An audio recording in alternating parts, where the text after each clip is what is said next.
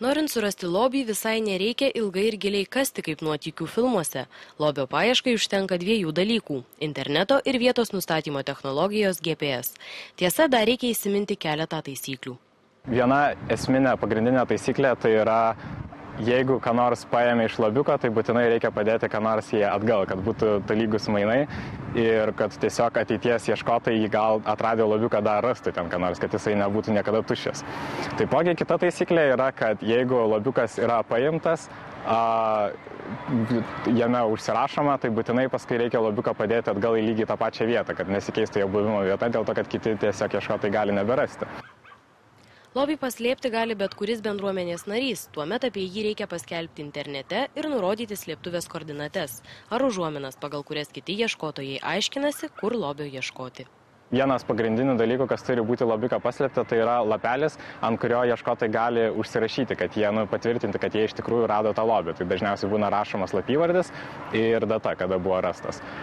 O visa kita tai jau eina maždaug pagal slėpėjo vaizduotę, ką jisai norėtų ten įdėti. Tai dažniausiai galima rasti, tarkim, įvairių šalių monetų, galima sagų, pakabukų įvairių ir panašiai, kas tik tai telpa į tą lobį.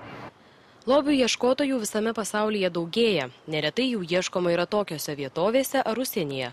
Pasak pašnekovo, neretai lobiai specialiai slepiami lankytinose vietose. Prasidėjo ši veikla nuo vieno amerikiečio smalsumo. Kai prasidėjo GPS technologija, kaip žinom, jinai pradžiai buvo naudojama tik tais militaristiniais tikslais. Tačiau 2000 metais Amerikos valdžia paskelbė, kad atrakina būtent šią technologiją civiliniam ir komerciniam naudojimui. Ir vos praėjus keliom dienom vienas žmogus iš karto norėjo patikrinti, kiek tiksliai ši sistema veikia. Tai jisai paėmė įvairius dalykus, kuriuos rado namuose, tai būtų knygos, kasetės, kasečių grotuvas, vaizdajuostės, kompiuterinio įranga ir panašiai. Sudėjo visą tai į sandarę metalinę dėžę ir nuėjo paslėpė miške, užsirašė koordinates, nustatęs būtent GPS imtuvo pagalbą ir paskelbė internete. Norėjo pažiūrėti, ar įmanoma visgi surasti kitiem.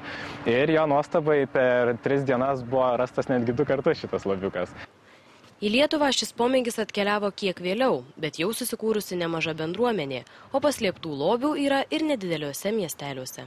Visas užsiėmimas savo startai gavo 2000 metais, Lietuvoje pats pirmas kečiukas atsirado 2003 metais, bet kiek žinau, jisai net nebuvo slėptas lietuvių, čia atvažiavo ir paslėpė estas. Tai ir Latvijai buvo šita bendruomenė kiek labiau anksčiau gavo startą ir tuo metu, kai Lietuvoje buvo tik vienas lobiukas, jie jau turėjo ten apie 100. Dabar jau šiuo metu jau Lietuvoje irgi jau yra įgavęs šitas žaidimas ganėtinai neblogą startą ir lobiukų galima rasti jau ten apie maždaug 1500 visoje Lietuvoje. Kurie labiau pažengė jau ten radę tikrai nemažai, tai jie dažniausiai randa ko ne visus. Tačiau man asmeniškai kol kas procentaliai ko gero išeina, kad randu maždaug kokį 7 iš 10 lobiukų. Pasak pašnekovo, kartais lobį pasiima nieko apie šią veiklą neįtariantys praeiviai. Tad jei pastebėjote paslėptą dėžutę, skaitykite viduje įdėtą instrukciją ir neskubėkite jos pasisavinti.